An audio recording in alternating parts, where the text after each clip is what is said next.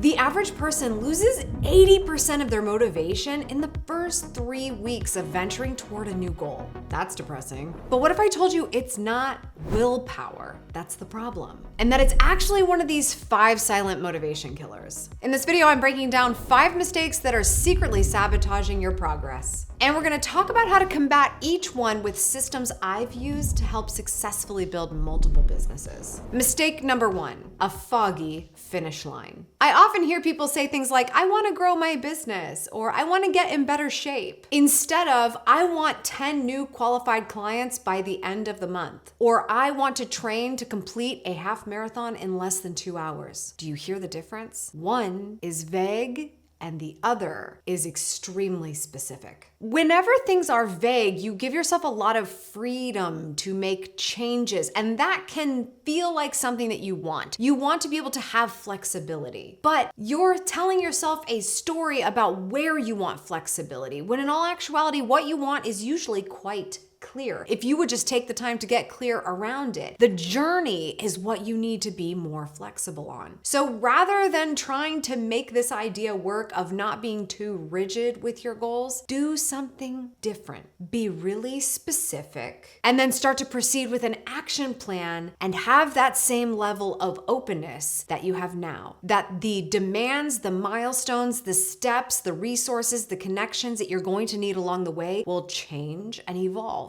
Here's the best part. I'm asking you to get really specific about what your goals are, what your milestones are, what success looks like, so that you can find out how smart you are. We actually have a milestone for the quarter in my company right now, Amy Landino International, that we laugh at every time we do a team sync. We review this metric and we're like, we blew it out of the water in the first 3 weeks. Like, it wasn't even a question. And now we have far surpassed the goal that we sit in reflection and go, okay, good. Now we know how to set the bar way higher next quarter. That's actually going to be a stretch goal. We needed to try it out. We needed a specific number. We needed to see what success looked like so we could feel it, so we could understand what it meant to conversion and marketing and the way the team works. We needed to see it. And now we know we're capable of more. You're going to measure success, you're going to get real data, and you're going to change your mind. And when you do that, you get to do that. You get to make the rules, and you get to follow them. If you can't clearly visualize what done looks like, you never have something strong like that to measure, so that you can make a smart pivot and change the bar when it comes time. We continue to stay on the straight and narrow on our quarterly goal. Even though we hit it, we've got other ones we need to hit too, so we don't need to worry about changing it right now. We will adjust when the time is right. Here's why this is absolutely going to kill your motivation. The phrase everybody loves to say, well, that's just not reality. You know how people talk about what they want for themselves, and then somebody goes, yeah, okay, what a dream world you're living in. That's basically what we're talking about when you create a foggy finish line. When it is not clear, when it is not specific, you may have kind of hit some version of success with it and not even know it. And therefore, you can't even articulate if it is reality or not. In a world where we're trying to create lofty visions and crazy goals that are meant to be so big that they don't ever feel like reality until they are, you don't want to be caught up in the mess of not being able to measure. Find out what you're really capable of. You will be so motivated by having real information on this, you'll keep moving even on the hard days. My fix for this is a 3-step vision clarity framework. I talked about it in a recent video. First, come up with your 5 to thrive. What are 5 things you want to be true about you in 30 years? And then next, you're going to connect each of those thriving characteristics to real milestones that you want to hit in the next 12 months. Those will be your 10 to win. 2 milestones per each visionary quality. With your 10 milestones to hit in a year, being very specific and dialed in, you will know every day, every month, every quarter if you are making progress. By the way, you can get that worksheet quickly by heading over to my Instagram. Make sure you're following me and message me the phrase 5 to thrive. You'll get it right away. No email opt-in necessary. Mistake number 2, dopamine dependency. Do you ever find yourself saying or thinking, I just like to work when I feel like it? Or that you're not inspired unless the moment strikes you? Maybe you're one of those people that gets really excited at the start, and then when you start to execute, it all fizzles out. And I'm sure many people can identify with abandoning a task as soon as it gets challenging or boring. This means you have a high dependency on a dopamine rush. Whether it's the notification on your phone, a caffeine fix, tuning into your favorite TV, entertainment, TikTok, Instagram, YouTube, bam. Am I your dopamine rush for the day? Here's why this is killing your motivation. Dopamine peaks at the start of a project. So you're going to get that instant rush at the beginning of literally everything. But this teaches you that you need to then wait for that feeling of motivation to come back for you to make progress, like you felt when you had high energy at the start of the task. By teaching yourself that, you never find ways to endure, to push through when you need to actually be in deep work focus mode to see something through. Where most people think that it goes motivation, and then action, really, your motivation comes in reverse. It starts with action and motivation follows. Every time you go further, every time you hit a milestone, every time you hit a mark, every time you measure success, every time you measure failure, you get new information, you are pulled forward, and that is what keeps the motivation cycle going. If you don't like what just happened, but you took action, you can still get motivation by continuing to take the next step, because you know every time you move forward, you will get energy back. Here's my fix for this. It's all about power standards. Successful people don't assume they're going to feel motivated enough to do the things they're supposed to do today. They set up the environment, the culture, the system, so that it will be inevitable they will be successful. That comes from standards. There are non-negotiable things that I do every single day that even if I don't feel like doing it, I know when I do, I'm on my A game. I'm more likely to get the right things done, the most important things done, show up at the greatest degree of my talent. As a matter of fact, I didn't even have to film this video today. I am filming this video today. I did all the things I was supposed to do. I had the video written and ready to go, and I got my other ones done early, and I get to push through and do one more. And I'm more motivated now because I'm even further ahead of schedule than I would have been if I would have stopped when I could have stopped. That action is fueling me. It's motivating me into the next phase of my day. That next phase is going to be time with my kids. So you can see how doing the right steps, whether you feel like it or not, on a regular basis can be a positive for you if the order is action and then motivation. So ask yourself, based on what your vision is, your 5 to Thrive, and your milestones, what are the standards you're putting in place so that you show up as the version of yourself who does these things inevitably and is already very successful at it, regardless of what that success metric looks like. I would not have been prepared for today if my non-negotiable was not hit, and that was for me to sit down and make time to write content, and I do it every single day. It doesn't always work out that the content I wrote on the same day is going to be something I'm executing in that moment, but it did work out that way today, and so I rode that wave all the way through. If I would not have set the standard of writing content every day, no matter what, no matter how I feel, I wouldn't be able to tell this story.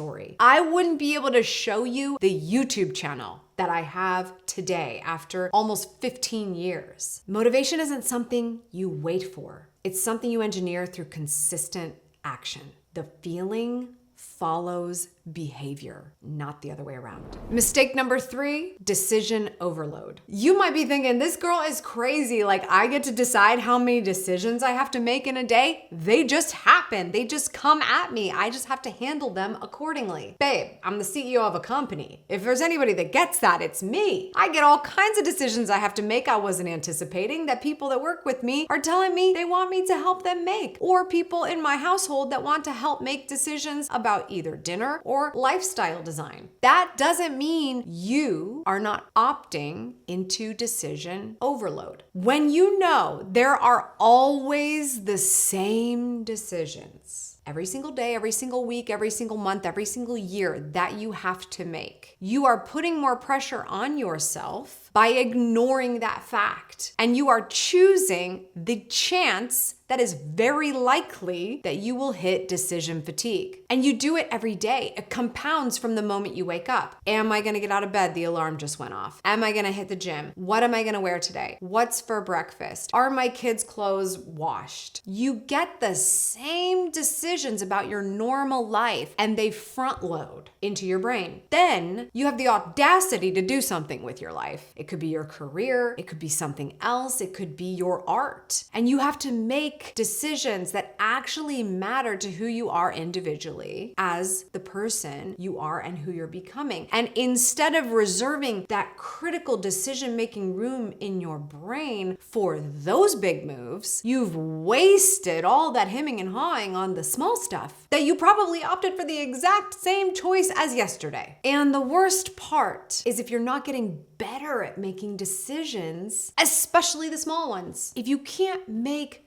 firm, decisive moves on the things that are not the biggest factor in your world, how good are you going to be at making decisions that make big moves, that matter in your life, that determine your success level? Not to mention the fact that you're not going to be motivated to make any decisions at all because you haven't seen anything positive come from your decisions in the past because you took so long to get to them and they were probably not even the decision you wanted to make. That's how we end up in meetings that should have been an email. That's how we end up at parties we never wanted to go to. That's how we end up in debt, buying presents for people and trying to impress the world with what our house looks like, even though we didn't put as much thought into where we're going in the next 20 to 30 years for ourselves. Yeah, you think motivation's gonna fall away? This is something people aren't even talking about. You're hitting decision fatigue and it's ruining everything. Here's a little fix that I recommend. What are those easy ones? What's the low-hanging fruit? What did you do for the holidays last year? Make it a checklist so that when they come up again, you don't have to ask yourself if. You go and you look at the standard. Well, we always take a family photo around this time, and then we order cards, and then we go on the family trip to go visit Grandma and Grandpa. They all happen because it's the standard, because you already made the decision and now it's just the process. I like to have a little decision handbook. Hey, Amy, just a reminder, this is how you typically do things. This is what people know you for. This is what they'd like to see. This is what you need to do if you forget that you've done this before in the past. Have yourself a little decision handbook. It comes from just really well-written notes. The fact that they exist, well-written. I have literally every single thing I did for my kids' birthday parties in a Notion note so that next year when I'm trying to plan a birthday party again, I go back and see what I did and I do all the things that worked great and I try to pick a different location if I can so that it's more interesting this year. Decision made. It doesn't have to be a starting from scratch moment. Stop starting from scratch. Take the things that always happen and make yourself a little handbook on it. Mistake number 4, solo hero syndrome. You may not have heard me talk about this before because for a long time, I wanted to fight that it was a problem. I have dealt with solo hero syndrome forever. You'll know you have it if you're the type of person who likes to keep their goals private, tells no one, reports nothing, barely a blip on the radar. You do this to avoid pressure from the outside, and you might dress it up a little bit by saying, oh, I just like to show people what I am capable of, and I'd rather wait until it's done, until I talk about it. If you've basically given yourself the opportunity to let yourself off the hook because you have no external accountability, this one is for you. I am actually a very big believer in keeping your goals close to the vest. I still think that's very important. I don't think you make a decision today about your 5 to thrive or your 10 to win and your big annual milestones and go to Facebook or Instagram or wherever and tell the entire world. I'm not telling you to do that. If that's the right move for you, you do you, babe. But I'm not doing that. Like, it's just not my thing. I keep my goals close, but close is not closed off. There are still critical people, resources, connections, accountability that I need to check myself, to make sure we're measuring success, not measuring the exits. The reason this kills motivation when you literally cut off the world from what you hope to do is that you are closing a massive energy source of being more motivated by getting other people involved. Something as simple as going to the gym with a trainer, right? You may not have gone to the gym if it's out of your wheelhouse, but because someone's waiting for you at a specific time, you'll show up. That level of accountability is empowering. Certainly, when you've hired somebody to be that person for you, you know you're not getting a lot of judgment. You know you're not getting the wrong kind of attention. You're getting the kind that's meant to make you better. When you're in isolation, you also kill your motivation because you lose the opportunity for positive pressure. You know what's really cool? Getting 100 views on a video. If you would have asked me that 15 years ago, I would have been like, okay, yeah, 100 people. What? Do you know what else is really cool? 1,000 views on a video. When you go from somebody who was getting 100 views on a video to 1,000 views on a video, you continue to want more, right? Well, there's a reason for that, because the temperature went up a little bit. We warmed up the room. It feels really good. And now 1,000, that is today the new high, is actually also the new low. When you have other people paying attention, the right people, that positive pressure is a good thing. You want to keep your thermostat up, because then 100 went to 1,000, 1,000 went to 100,000. 100,000 feels really good on my videos. And now that's literally what me and my team talk about. 100,000 views on a video, cool. What did we do? That's so exciting. That's the new low, because now the standard for getting 100 is how we're gonna get to 1,000,000. So you have to have some positive pressure or you lose the motivation that can move you so fast. The fix for this is exactly as it sounds. Choose the energy you want to surround yourself with when it comes to, I need accountability on this, who is going to be my partner. It doesn't have to be someone you actually talk to. One of my greatest accountability moves has been having a coach. Sometimes I get to talk to my coach. Sometimes I don't. I have some coaches I have a very one-to-one relationship with, and I have other coaches that I am one of many, but there is a standard of being a part of their world that makes me better. And so I am still rising up from an accountability standpoint. Whatever the goal is, you find what a good accountability arrangement looks like and make it work for you. I'll never forget the first time I really did this. I knew if I wanted to run my first half marathon, this was a long time ago, you guys probably read about it in one of my books, I had to tell someone, because I knew that exercise, training, I would find the nearest exit. I will find it. I will find it. So I told my boss, because I knew she was into that kind of thing. I said, listen, I'm training for a half marathon. I'm just telling you because I'm going to cross the finish line. I'm probably going to walk 15-minute miles. No big deal, but I probably won't do it. I won't do all the training for the next 12 weeks unless I tell you, because I think I'll be much more proud of myself if I tell you, because you see me every day. And she was like, obviously very excited for me. And I didn't have to tell a whole lot of other people. I told my significant other and I told her, and after that, it was just put the miles in. I didn't need to tell the whole world. I didn't need to post the selfies that I was doing it. I don't even know that we did selfies back then. God, it was so long ago. I'm aging myself. You just need the right energy. You don't need all energy. Holding yourself accountable means choosing energy carefully. So keep your goals close. And that means only letting people behind the curtain who have earned it. Mistake number 5, no momentum metrics. It's really important to know what success looks like, but you can't just measure end results. You've got to measure the inputs. One of my favorite quotes in the history of the world is from 4-Hour Workweek by Tim Ferriss. And he said,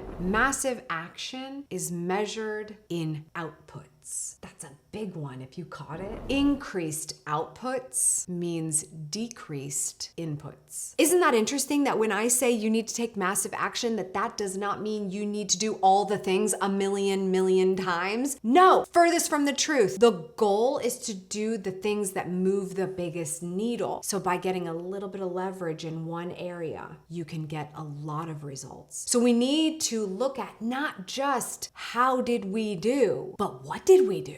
And how do those work together? When you only measure big wins and major milestones and none of the journey, it kills your motivation. You're always living for that next high, the dopamine hit, the public recognition, the new milestone views on your videos. By the way, we are trying to get to 500,000 YouTube subscribers if you'd like to help with that. But I love the journey all the way there. Without these small victories, without the, wow, I had a great productive day, I got this many weeks of videos done in a single setting. Without that recognition, you're not going to want to do the daily standard. And your daily standard is where you're getting your motivation. So here's a little fix for this. It's not going to be good for everything, but it's really fun when it works for something. And that is the streak score. How long can you go on a streak? Regardless of how long you want the chain to be, imagine a regular calendar that hangs on the wall that has 1 month in front of it, 30 days. And every day you get to mark an X. Every time you connect the next day to it, it starts to look like a chain link. Don't break the chain. Keep your streak. Set the streak for what you want to do. Make part of your motivation the fact that you get to cross that X on the calendar. Something I'm doing right now for my fitness goal is I write on a whiteboard every day that's in my bathroom. There is a whiteboard in my bathroom and it says how many days are left and where I am in the process. And I get